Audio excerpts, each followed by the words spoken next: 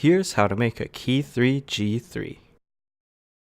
Here are the pens you will need. 1 plastic G3, 2 HGGs, 1 signo DX or signo broad, 1 hypergel, and 1 tapli clip. Here are the tools you will need.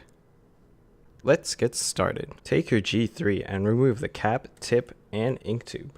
Now take your HGGs and remove both of the tips. Now take one of your HGG ink tubes and pop out the back plug in your G3. Remove any stickers or labels from your G3. Now cut and remove the portion of the grip that has the rings. Try to wiggle the screwdriver around to loosen up the grip. Cut off the rest of the G3 grip. Now take your nail clippers and cut off the little squares on your G3. If some of the nubs remain, file it down as needed. In the end, your barrel should look something like this. I also recommend sanding down the front so that it will have a cleaner look later. Now take your signo and remove the tip and the grip. You may need a screwdriver to remove your grip.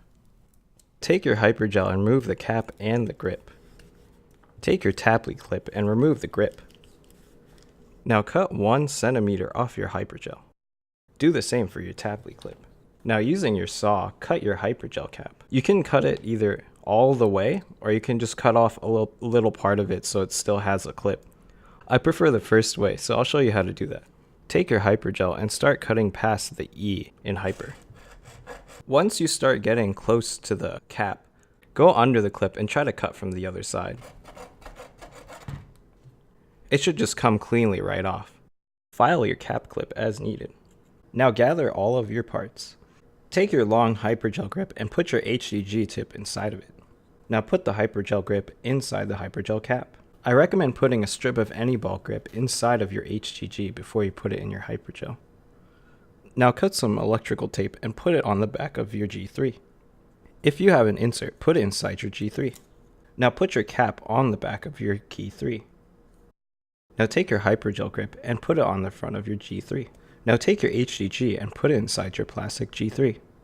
Now take your signo and put it on top of your plastic G3. Since there are various tutorials on how to assemble a Key3, there are 3 different ways you can assemble the front. For the original way, put your G3 grip on top of your plastic G3 and signo. Now take your signo grip and put it on the front. Now take your tapli clip and put it on top of the G3 grip. In the end, it should look something like this. Take your extra hypergel grip and put it inside of the signo. Now take your assembled tip and put it in the front of the Key3. When this is assembled, it looks a little bit silly. So there are other ways if you want it to look more pretty to assemble the front. Here is my preferred way of assembling the Key3. Take your signo grip and put it on the front. Take about 1.5 or 2 centimeters of tapli clip and put it on top of the signo and plastic G3. Now put this on the front of the G3.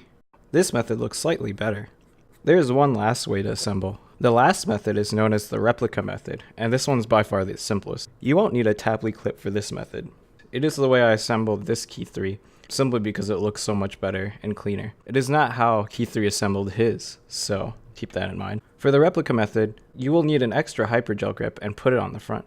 Take your signo grip and put it on the front. Now take your tip assembly and put it inside the signo grip. The Replica Method works best when you file down the front.